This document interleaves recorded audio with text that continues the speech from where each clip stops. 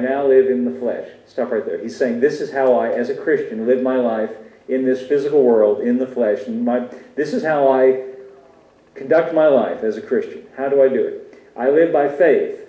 You see, it starts by trusting in Jesus, faith in Jesus, believing in Him, and he says, this is the way I live on an ongoing basis. I live my life by faith in the Son of God. That's Jesus. Not just faith in the Son of God, but he says, who loved me and gave Himself for me. He says, this is the central idea in my mind. I am relying on Him who loved me enough to give Himself for me. And he says, this is how I live in the flesh. This is how I live my life.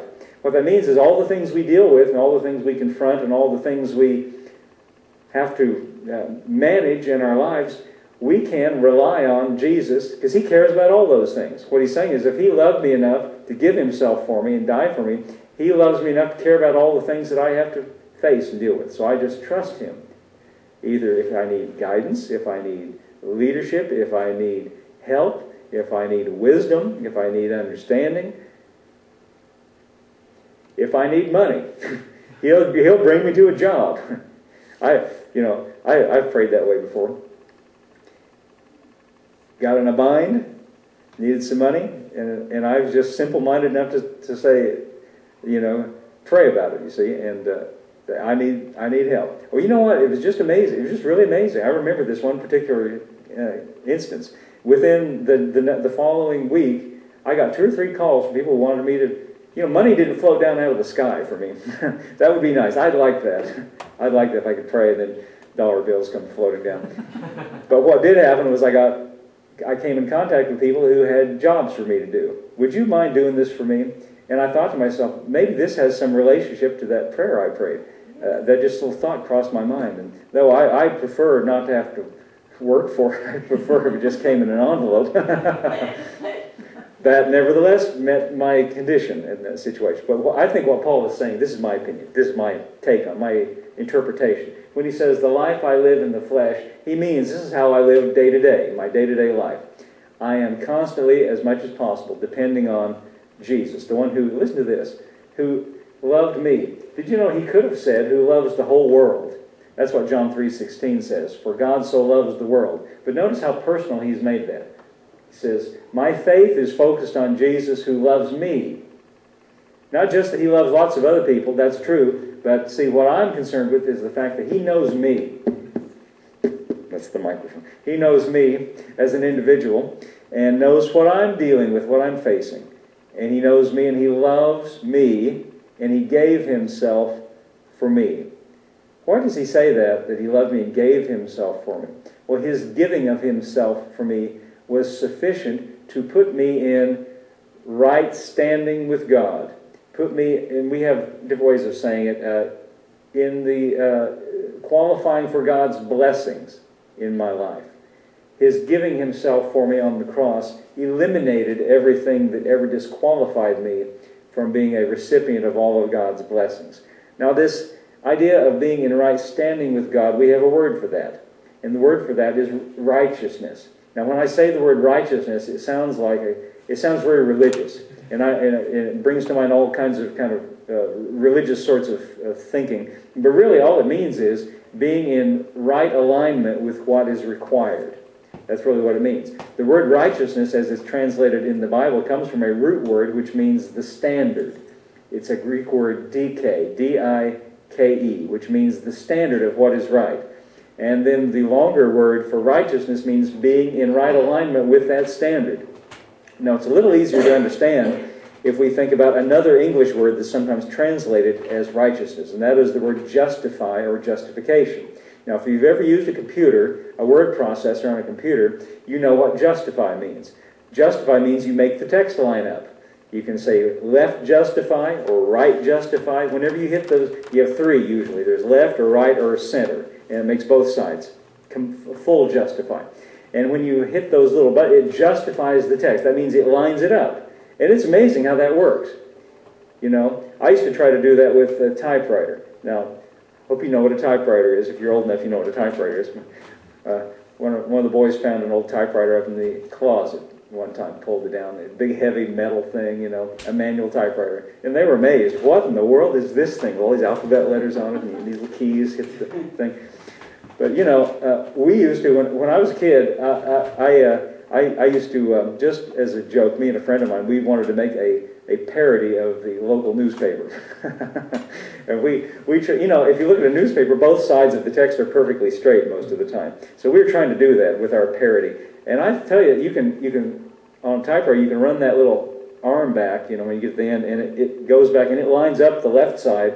But we could never make that right side line up, no matter how hard we tried. We tried hard. We could never quite make it line up right.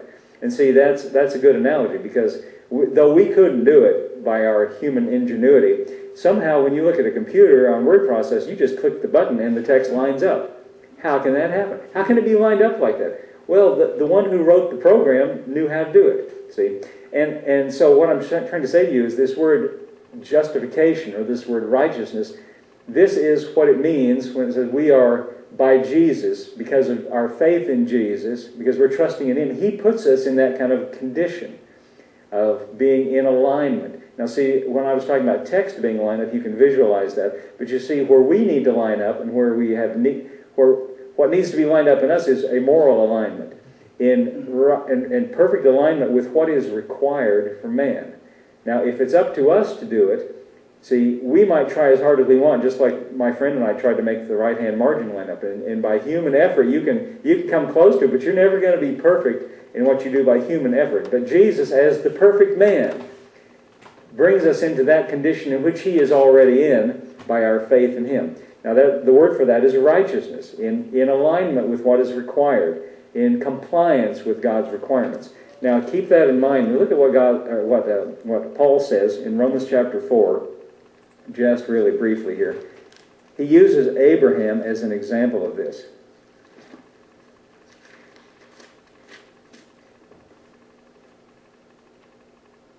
See, I think when Paul wrote to the Corinthians and he said,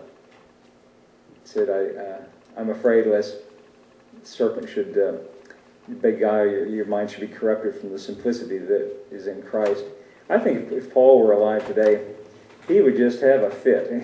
He would just fall on the floor and be beside himself, because the way our church world works today is it's all about things that we do to make ourselves right with God, or make ourselves better, or to bring God's blessing into our lives.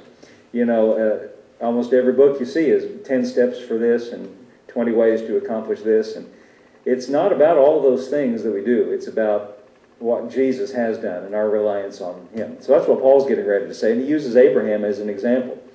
Romans chapter 4, verse 1 says, "What shall we say that Abraham, our father, as pertaining to the flesh, hath found?" It's an interesting thing about this man Abraham in the Old Testament.